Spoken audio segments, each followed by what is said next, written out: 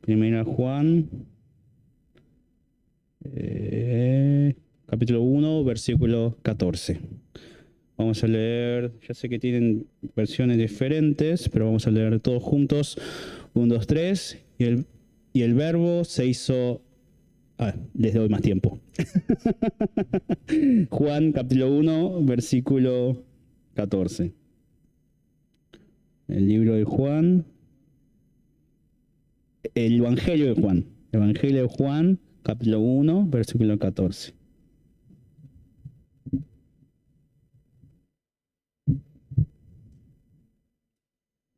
El Evangelio de Juan, capítulo 1, versículo 14. Para los que no encontraron, pueden leerlo de la pantalla. 1, 2, 3. Y el Verbo se hizo hombre y habitó entre nosotros. Y contemplamos su gloria, la gloria que corresponde al Hijo único del Padre, lleno de gracia y de verdad. Amén. Bueno, estamos muy cerca de la Navidad, ya estamos dentro de la semana, ¿no? El jueves ya es Navidad, y cuando llega la Navidad todos estamos un poco emocionados, ¿no? Todos esperamos nuestros regalos, todos ya vamos planeando con quién nos juntábamos, con la familia, bueno, vamos haciendo nuestros planes para festejar la Navidad, ¿no? Pero muchas veces, en realidad, la razón por la que festejamos la Navidad, para los cristianos es muy, muy especial, ¿no? Pero también si nos podemos a pensar, para muchos de nosotros, la Navidad significa, ay, qué bueno, ¿no? Vamos a festejar, pero también para aquellos que no tienen, por ejemplo, con quién festejar, para aquellos que están solos, o incluso para aquellos que no tienen con qué festejar, ¿no?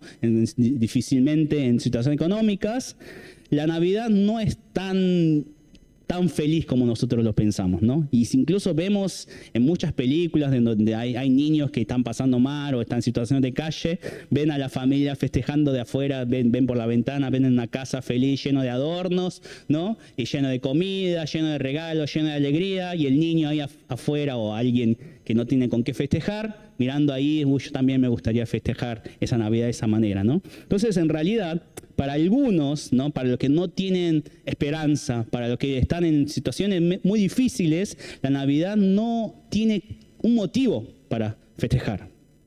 Pero en realidad, si nosotros pensamos nuestra situación antes de que nosotros creyéramos en Dios, nuestra situación es así. En realidad nosotros no teníamos por qué festejar la Navidad. Nosotros no teníamos esperanza para festejar algo nuevo, ¿no? Festejar en realidad la Navidad.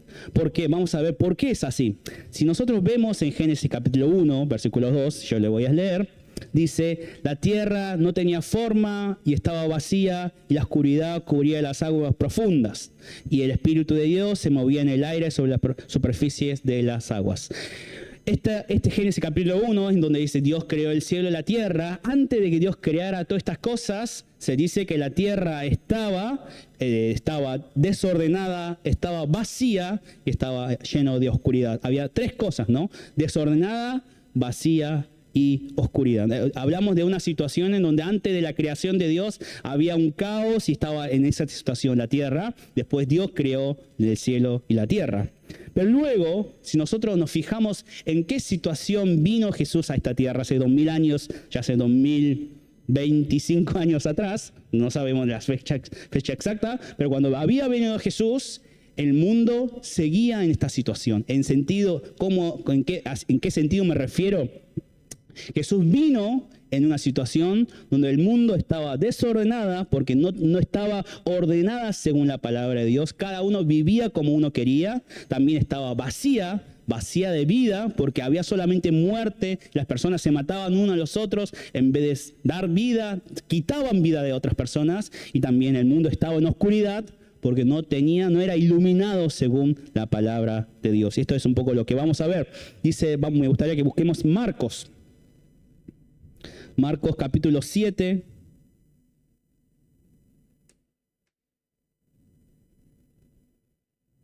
Marcos capítulo 7, versículo 9.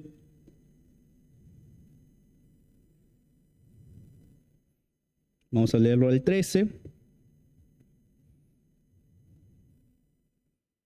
Marcos capítulo 7, versículos 9 al 13. Voy a ir leyendo, así que síganme con sus vistas. Dice así: y añadió, qué buena manera tienen ustedes de dejar a un lado el mandamiento de Dios para mantener su propia tradición. Entonces, la palabra de Jesús. Moisés dijo, honra a tu padre y a tu madre, y también el que maldiga a su padre o madre será condenado a muerte. Ustedes, está refiriéndose a los líderes, a los fariseos, líderes religiosos, ustedes en cambio enseñan que un hijo puede decir a su padre o madre, cualquier ayuda que pudiera haberle dado es corobán, es decir, ofrenda dedicada a Dios. Y en ese caso, ustedes ya no le permiten hacer nada por su padre ni por su madre. Así, por la tradición que se transmite entre ustedes, anulan la palabra de Dios y hacen muchas cosas parecidas. ¿En qué situación estamos? Jesús le está de alguna manera reprendiendo a los fariseos, a los líderes religiosos, la palabra de Dios. Moisés dijo, honra a tu padre. Esto quiere decir cuidarlos, incluso a su padre, mantenerlo a los padres económicamente cuando ellos ya estaban viejos. Pero sin embargo, lo que hacían los fariseos o los líderes religiosos era, bueno, este patrimonio, esta riqueza que yo tengo, se lo entrego a Dios. Entonces, si digo eso, ya no hay necesidad, ya no hay obligación de mantener a nuestros padres, como dice la palabra, ¿no? Entonces vemos que estamos en una situación, estamos hablando de líderes religiosos, no estamos hablando de cualquier persona del mundo que hace lo que se le da la gana, sino personas que estudiaban la palabra de Dios y ellos hacían, de alguna manera, trastornaban la palabra de Dios, desordenaban la palabra de Dios para vivir como se le daba la gana, ¿no? Entonces, la situación en cuando vino Jesús, vemos que la tierra estaba desordenada. Y no solamente esto, Jesús todo el tiempo le reprende a los líderes religiosos y también a muchos líderes, hay muchas personas que de alguna manera se aprovechaban de los huérfanos, de las viudas, en vez de la palabra de Dios. Dice, ayuden a esas personas, cuídenlo, pero sin embargo las personas que tenían poder, tenían fuerza, se aprovechaban de otras personas, ¿no? Y de alguna manera estaban desordenando, estaban viviendo en contra de la palabra de Dios, ¿no?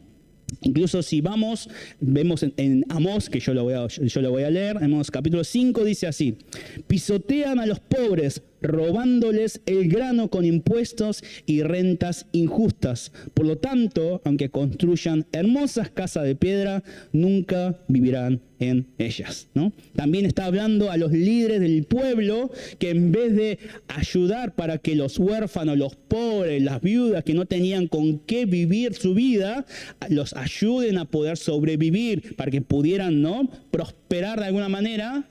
Lo que hacían los líderes era robarle, no al que tenía mucho, sino al pobre, ¿no? Y le ponían impuestos y rentas injustas que no tenían ningún sentido, que ni siquiera lo pondrían otras personas del mundo que no creen en Dios, ¿no? Entonces estaba hablando de que los líderes, en vez de ayudar a que las vidas florezcan, lo que hacían era matar vidas, ¿no? Entonces también vemos que el mundo estaba vacío de amor, vacío de vida. Estaban provocando la muerte de otras personas. Incluso vemos las palabras de Jesús en Mateo donde dice, Jesús contestó, toda planta que no fue plantada por mi Padre Celestial será arrancada de raíz. Así que no les hagan caso. Le está hablando a los fariseos.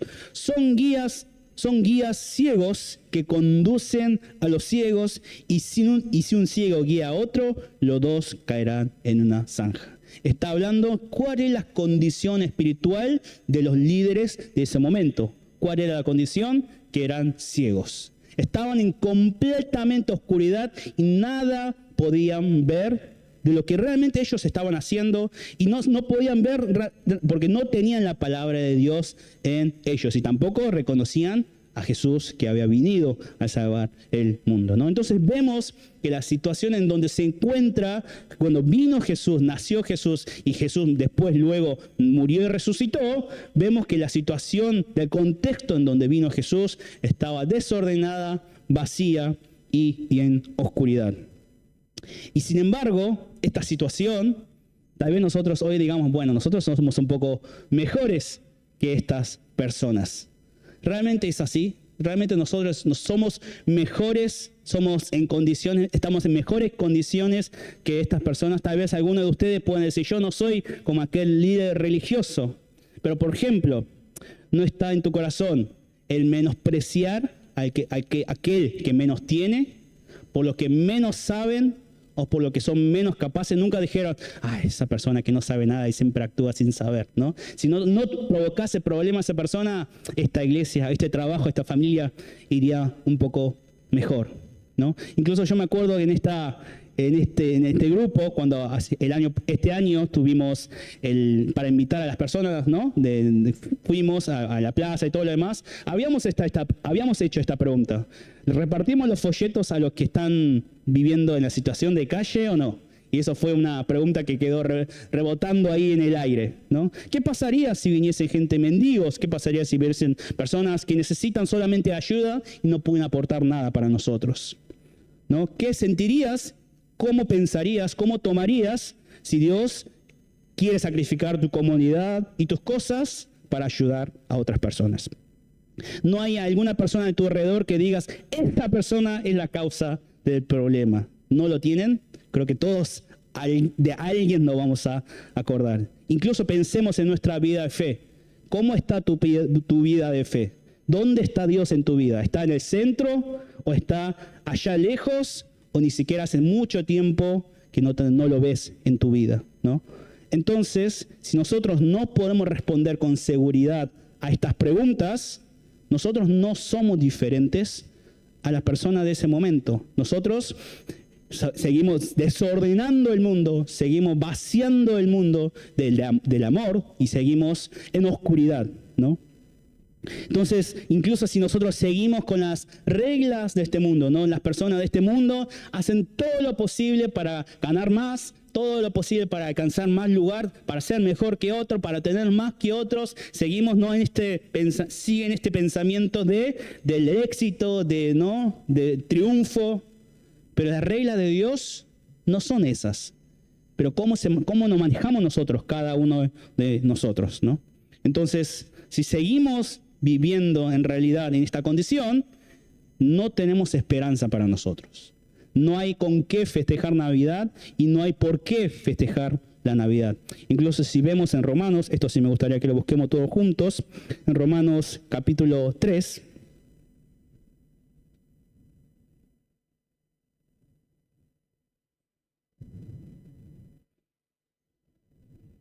versículo 10 al 18, voy a ir leyendo, así que leanlo juntos. Dice Romanos capítulo 3, versículo de 10 al 18. ¿Sí? Romanos capítulo 3, versículo 10 al 18 dice: así está escrito, no hay un solo justo, ni siquiera uno. No hay nadie que entienda, nadie que busque a Dios, todos se han descarriado, juntos se han corrompido. No hay nadie que haga lo bueno, no hay uno solo. Su garganta es un sepulcro abierto, de su lengua salen engaños. Veneno de víboras hay en sus labios. Llena está su boca de maldiciones y de amargura. Veloces son los pies para ir a derramar sangre. Dejan ruina y miseria en sus caminos. No conocen la senda de paz. No hay temor de Dios delante de sus ojos. Cuando nosotros leemos esto, podríamos decir, bueno, tan sangrientos, tan malvados íbamos a ser. Pero sin embargo, seguramente debe haber otros, seguramente los que estamos acá, hayamos vivido un poco mejor que otros, ¿no? Yo que crecí dentro de la iglesia, yo que mis papás eran pastores, no podía hacer mucha maldad, ¿no? Siempre tenía que limitar un poco, aunque yo quería ir a reventarle la cabeza a alguien, a uno de mis amigos, a uno de mis enemigos. Estaba mi papá y todos los que conocían a mi papá, y yo tenía que ser el buen chico, ¿no? Tal vez en acciones era mejor que otras personas, pero en nuestro corazón, en nuestras palabras cuando nadie nos escucha, o cuando en nuestro corazón, ¿qué hay dentro de nuestros pensamientos? ¿Qué pasa constantemente en nuestros pensamientos? ¿No? Sabemos que hay maldad. Y esto dice en el versículo 10, está escrito, no es que solamente se escribió para las personas cuando Adán pecó, cuando existió Moisés, cuando estaba David o cuando estaba Jesús. Está escrito para toda la humanidad de todos los tiempos. No hay ni uno solo bueno. No hay ni uno que busque a Dios. No solamente no hace lo bueno, sino que hace la maldad, ¿no? ¿Cuántas veces maldecimos y nos decimos, vamos a ir no, lo voy a ir a matar a este, lo mato, ¿Cuántos pensamientos de sangre, cuántos pensamientos de odio, cuántos pensamientos del maligno está en nuestras cabezas, en nuestros corazones y en nuestros labios, ¿no? Y esto habla de la situación original de todos los humanos. Por esto, como nadie hace lo bueno, como nadie podía encontrar a Dios, entonces no había nadie que pudiera festejar la Navidad. No había nadie quien tenía esperanza de vida. Y esta es la forma en que la Biblia describe a nosotros. Incluso dice en Romanos capítulo 5, 12, por lo tanto, como el pecado entró en el mundo por un hombre, por el pecado la muerte, así la muerte pasó a todos los hombres por cuanto todos pecaron. Entonces, tal vez uno dice, bueno, muchas veces en la iglesia explicamos porque Adán pecó, tenemos el pecado original, entonces, qué mal, ¿no? Si Adán no hubiera pecado, todos nosotros no estaríamos tener que arrepentirnos y pasar por todo este proceso tedioso. Pero la Biblia es muy clara. Obviamente el pecado entró por Adán y así la muerte, pero pasó a todos la muerte, no por la culpa de Adán, sino porque todos pecamos. No hay ni uno que no haya pecado. Entonces, para el pecador no hay ningún tipo de esperanza.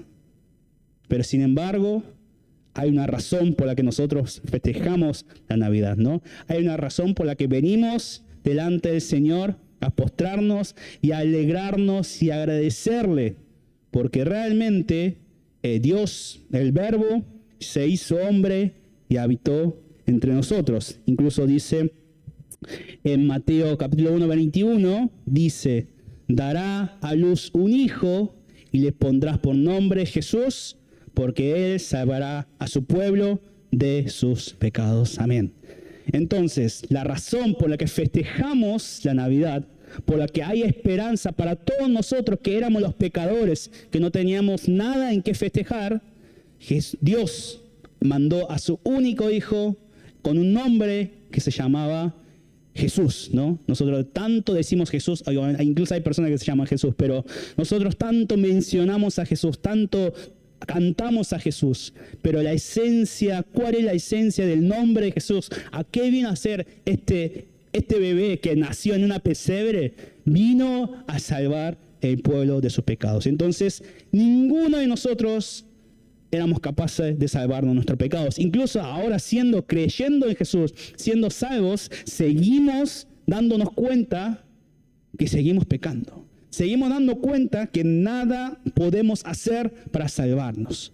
La única razón por la que podemos ser salvos no es porque nosotros logremos hacer algo, sino porque Jesús vino a esta tierra. Es porque Jesús vino a cumplir con su nombre, con la promesa. Incluso si nosotros vemos en Mateo capítulo 1, empieza a hablar toda la cronología de Jesucristo, seguramente lo que hicieron, el test que hace el pastor David, ¿no? del desafío 1189, si empieza con Abraham, si empieza con David, ¿no? Y después de eso empieza a hablar todas las personas que están involucradas, están dentro de la genealogía de Jesús.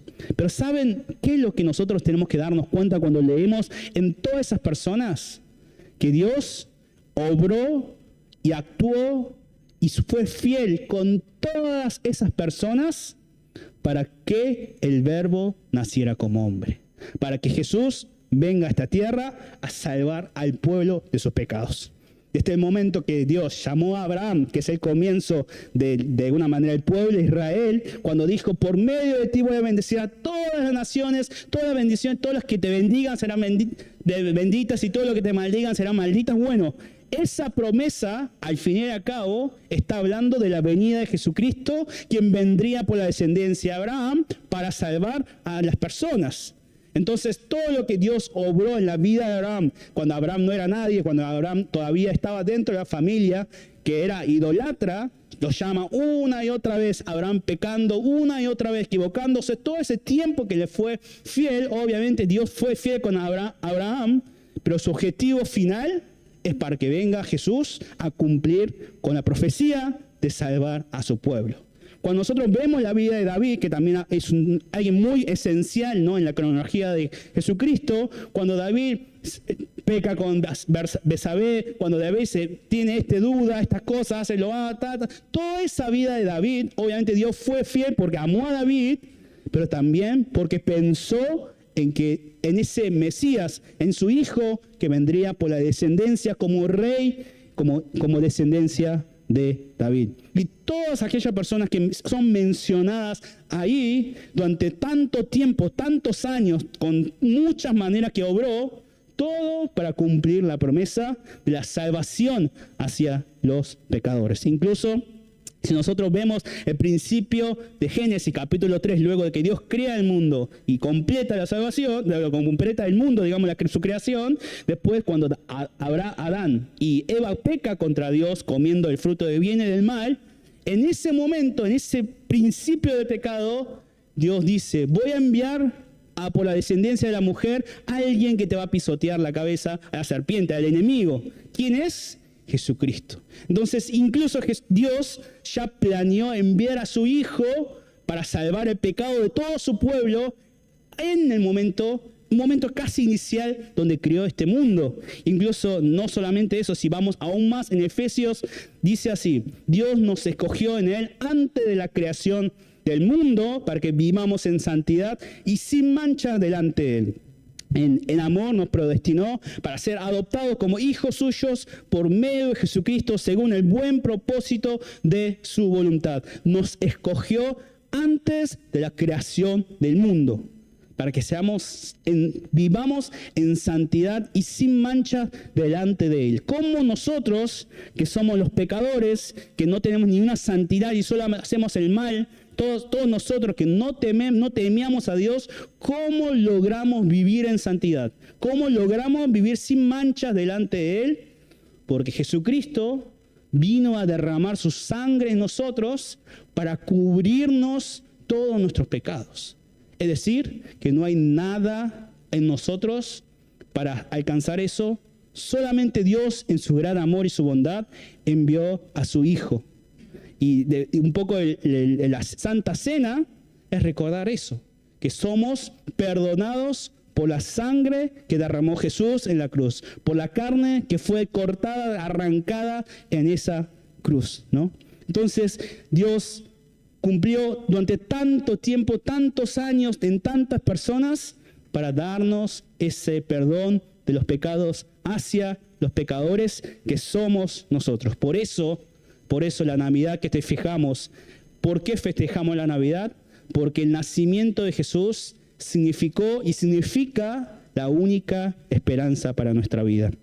Es como si en ese universo oscuro donde no hay ni una pizca de luz, donde está completamente devorado, ¿no?, por la oscuridad, de repente venga un rayo del sol, un rayo de luz que ilumine, que es único e inconfundible. Ese es Jesús. Eso está hablando 1 Juan. Vino el Verbo y se hizo carne en esta tierra donde solamente había desorden, estaba vacía y estaba en oscuridad. Por eso festejamos la Navidad, porque por medio de Él nuestros pecados pueden ser perdonados, ¿no? Incluso si vamos a Juan 3:16, que me gustaría que lo busquemos, Juan 3:16, que ya muchos los conocen.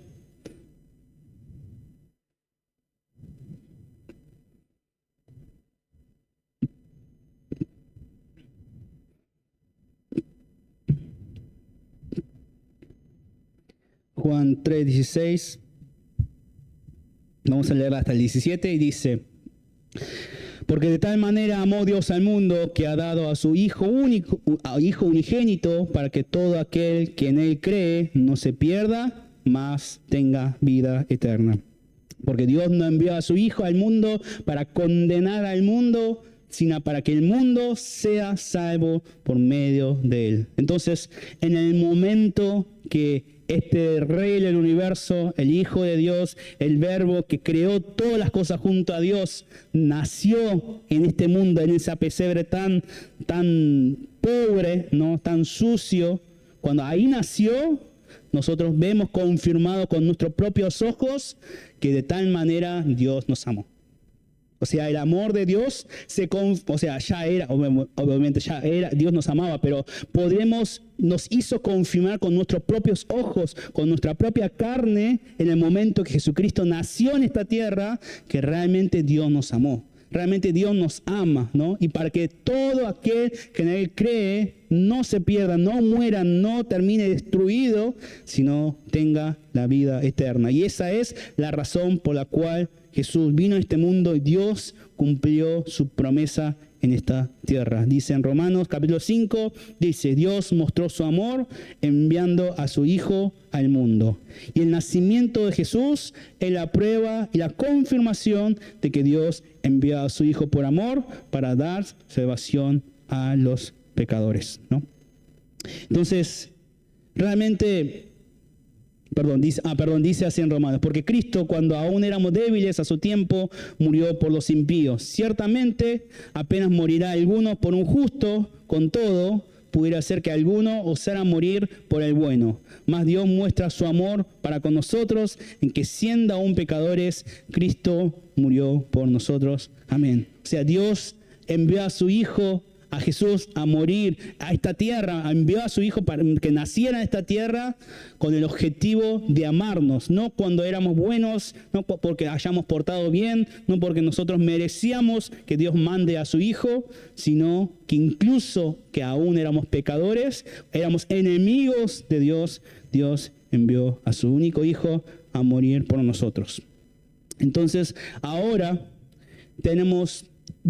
ahora que conocemos el amor de Dios y ahora que conocemos que Dios envió a Jesús a morir en la cruz, tenemos dos acciones concretas que debemos tener en nuestra vida. Esto es la respuesta ante el Evangelio. Esto es la respuesta en esta Navidad que festejamos la Navidad.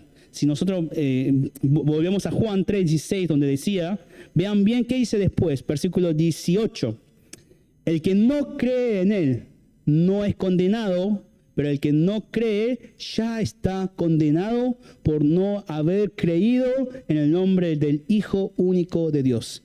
Esta es la causa de la condenación, que la luz, Jesús, vino al mundo, pero la humanidad prefirió la oscuridad a la luz porque sus obras eran malas. Pues todo el que hace lo malo aborrece la luz y se acerca a ella por temor a que sus obras queden al descubierto. En cambio, el que practica la verdad se acerca a la luz para que se vea claramente que ha hecho sus obras en obediencia a Dios. Entonces, ante esta promesa, el cumplimiento de la promesa de Dios, donde Dios envió a su Hijo, donde Jesús vino siendo verbo, vino a esta tierra, tenemos dos opciones, tenemos una decisión que tomar: acercarnos a la luz o alejarnos o quedarnos en la oscuridad. No hacer nada o ir a la luz. Esa es la respuesta que nosotros podemos dar a Dios. Si nos quedamos, seguimos en nuestra oscuridad, si seguimos viviendo según la regla de este mundo, si seguimos odiando a las personas de este mundo, si seguimos luchando para poder ser alguien en este mundo, si seguimos en esta oscuridad que hemos explicado, la situación en que todos nosotros estábamos, si seguimos ahí, bueno, ya está siendo condenado. Pero si ves la luz, si vos ves, y cuando uno ve la luz, se entra en una confusión, entra en un problema, entra en un caos, porque vas a ver que tus pecados son grandes. Vas a ver que tu corazón no es como vos pensabas. Vos pensás, bueno, yo soy un poco malo, pero no tan malo. No, cuando veas reflejada tu vida, tu corazón, totalmente lleno de la luz de la palabra de Dios, vas a ver que tu vida es una miseria. Vas a ver que tu vida está en malas manos. Estaba viviendo la vida como se te ocurría, pero nadando en el vómito, como si el perro comiese de su vómito. Pero sin embargo, aquellos que deciden ir a la luz, confesar esto delante del Señor, nosotros ya dejamos atrás la oscuridad y vamos con el Señor. Incluso en Hechos, cuando viene el Espíritu Santo y muchas personas escuchan la prédica de Pedro, luego de que Jesús subiera, escuchan toda la prédica de Pedro y lo primero que dice la Biblia es que la palabra de los apóstoles traspasó, penetró, o sea, rompió sus corazones. Y ellos dicen, ¿qué debemos hacer? Es decir, que cuando nosotros escuchamos la buena noticia, es imposible que nos quedemos quietos. Es imposible que sigamos en la misma oscuridad, sino necesitamos hacer algo. Y lo que tenemos que hacer es arrepentirnos e ir a la luz. Y esa es la primera decisión que nosotros debemos tomar en esta Navidad, en este tiempo de Navidad. Y lo otro, que una vez ya nos predicó el pastor, dice en 1 Juan capítulo 4, dice, Amados, amémonos unos a otros, porque el amor es de Dios. Todo aquel que ama es nacido de Dios y conoce a Dios. El que no ama no ha conocido a Dios, porque Dios es amor. Y en esto mostró el amor de Dios para con nosotros, en que Dios envió a su Hijo unigénito al mundo para que vivamos por Él. En esto consiste el amor, no en que nosotros hayamos amado a Dios, sino en que Él nos amó a nosotros y envió a su Hijo en propiciación por nuestros pecados. Amados, si Dios nos ha amado así, debemos también nosotros amarnos uno a los otros. La segunda decisión, nuestro acto concreto, nuestro corazón que debemos tener ante este regalo, este evangelio de Dios y de Jesucristo, es que debemos amar uno a los otros. Si querés festejar esta Navidad odiando a alguien, bueno, no estás festejando a Jesús.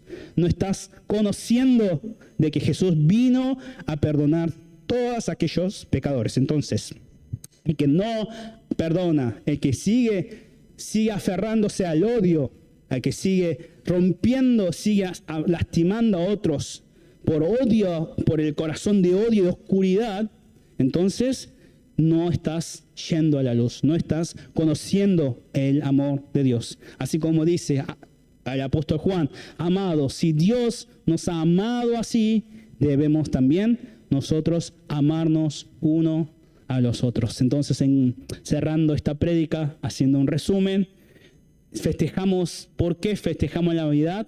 Porque este Dios tan grandioso, tan fiel, tan amoroso, desde antes de los principios de los tiempos, nos eligió, nos amó para que nosotros seamos salvos y seamos sus hijos por medio de Jesucristo. Y así nació Jesucristo para cumplir esta promesa, este amor de Dios. Y así todos aquellos que van hacia la luz van a ser perdonados sin importar el pecado que hayas cometido. Y también la reacción que nosotros tenemos que tener es arrepentirnos de nuestras malas acciones, arrepentirnos de todos los pecados que venimos arrastrando durante tanto tiempo y también practicar el amor uno con los otros. Vamos a orar. Señor, te damos las gracias porque sabemos de que, Señor,